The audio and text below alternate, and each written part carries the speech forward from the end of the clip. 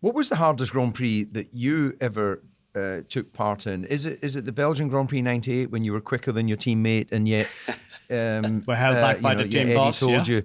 Eddie told you to hold position. I assume he paid you the win bonus, even though you finished second in the Grand Prix to Damon.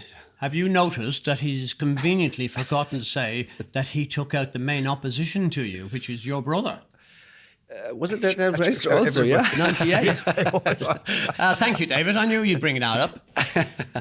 No, it for sure is still in my memory, and it would have been a great moment. But I have to say, I keep saying that going back to that moment, I fully understand the decision of the team, and it was an amazing race for Jordan. I think, was it the last time finished first and two, wasn't it? But I think it's the only time, yeah. DC, go on. You're still waiting, raring to come into 98. Tell us about how you took his brother out of the Grand Prix. Well, look, it was all part of a master plan, wasn't it, to make sure that Mika won the World Championship. You were on my payroll, weren't you? Actually, in fairness, whenever I just reflecting on Ralf having to hold station and finish second, in fairness to McLaren, whenever that was the case for me, they still paid as if I'd won the race, if they knew that circumstances had been taken. But I can see Ralf shaking his head. Well, we didn't pay anyone, so why would I make any difference for him? No. He wouldn't. But okay, I mean, how hard it was that time. And for me, yes, I was really pissed off, you can imagine, as a young driver. And, obviously Damon, he was so experienced. And the last thing he wanted to be, second behind me, the younger brother, or the little brother of Michael, which was always a special friend of him that those days, I have to say, in the beginning. So yes, it was pretty hard for all of us, I think, and very disappointing for me, because now we come back to the second topic, because we had a chance. We had an amazing car in '97, just two young and silly drivers sometimes, and sometimes also a team owner that didn't do his job. Seriously? Who was that, Mary? Tell me more. Who was he driving for? Actually, let me please jump in here, because I think it's important. 97 was the change. I think 97 was a really cool car. 99 was a great car too. Better than the 98 was car. good, but Anyway, 97, they were running second and third. Villeneuve in front was in trouble. He had a problem and you were going to win the race. What happened then? Well, first of all, we had a car that was so fast that we didn't expect it. So when we realized in Jerez, I remember we never took out of the fuel out of the car. So the first time, I think it was in Melbourne where we started to do that. And then two young drivers, the first few qualifyings were difficult. Then we went to Argentina and we were really, really fast. Giancarlo had, for whatever reason, a problem. I just approached him and he was blocking me. I mean, finally we crashed into each other. I spun, he spun, I think, also, or whatever. You didn't finish, you finished third. Yeah, I finished third, and I had to come in, and if you consider all the time loss we had, I would have won the race. And you know how it is these days, it wouldn't happen, because you have all those timing monitors, and teams are much more alerted about strategies. They would say, okay, give him space. But at that time, obviously, that didn't happen. You could tell for the spectators it's great, because you have real racing between teammates. But for us, we lost the victory for sure. And indirectly, and I'm not trying to make excuses here, but you can now understand why I was so determined, because Spa 98 was going to be our first win. Yeah. And having seen it just taken away from you and from us in Argentina, I was determined that I didn't care what happened. The team comes first. I don't care which driver is where. It has to be 1-2 and no one can pay.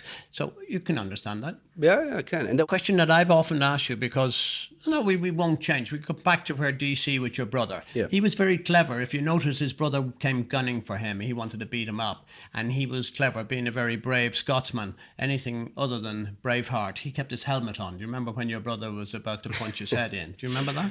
I remember I saw the scenery. I mean, it's a very difficult, because obviously there's one part missing that could still talk or answer to that one at the moment. So I think it was something very special. It could have been dangerous. Luckily, it was wet. I think in a dry situation, it could have been more dangerous, but it was a coincidence. I mean, this you can tell when you're a driver. Obviously, in this moment, full of emotion, then you see it differently, which is clear. I think that happened to all of us that have ever been in a car. They know it. But going back to it, I guess, when you look at the footage. But it's good, you know. At the other, I have to say, those times, also the team owners, the bosses, remember, I mean, Flavio with his cap to the back, smoking at the pit, him jumping up and down the pit lane. He's making reference to me again here. He thinks I'm the leprechaun. But I thought Formula One was much more alive that time. And I think emotions were allowed. And that was, it's part of history of Formula One, isn't it? Now we just want to talk. I'd like to know this because Michael then got upset when he was upset with DC, and DC hid and locked his way in the toilet in the motorhome, which was understandable with his helmet still on. I don't know how he managed to sit in the toilet all that length with the helmet on. But anyway, Michael came after me then all of a sudden. And really, in all the years when Michael was either trying to help you or being a little bit, he never really became involved. And suddenly, when you had the chance to win that race, he became angry with me. Why was that? Well, I would guess, you know, he's first of all, he's my big brother, and he believed that the race belonged to me. And I mean, you remember all the radio conversation. Obviously, sure. Damon cannot remember all of it, but doesn't matter. I think, you know, we prerogative. and we talked about it after the race. And, you know, he was my kind of mentor and manager at that time, you have to say. I mean, without Michael and Willy, I wouldn't be there where I was. That's true, but you really, if we want to be, in my opinion, as the team boss at the time, we saw Willy now and again, but we rarely saw Michael. So I was never sure how close you were with Michael. But when he came to me in Spa and he says, Ralf will never drive for you again. And I remember saying to him, and I kind of took out my palm and I said, look, there's a contract, there's a buyout clause in the contract, pay the money, off he goes, no problems, and deals, bye-bye. And he just was quiet and he went. And eventually, I believe it was a mistake because the 99 car was a world championship winner. You could have won the world championship in that car.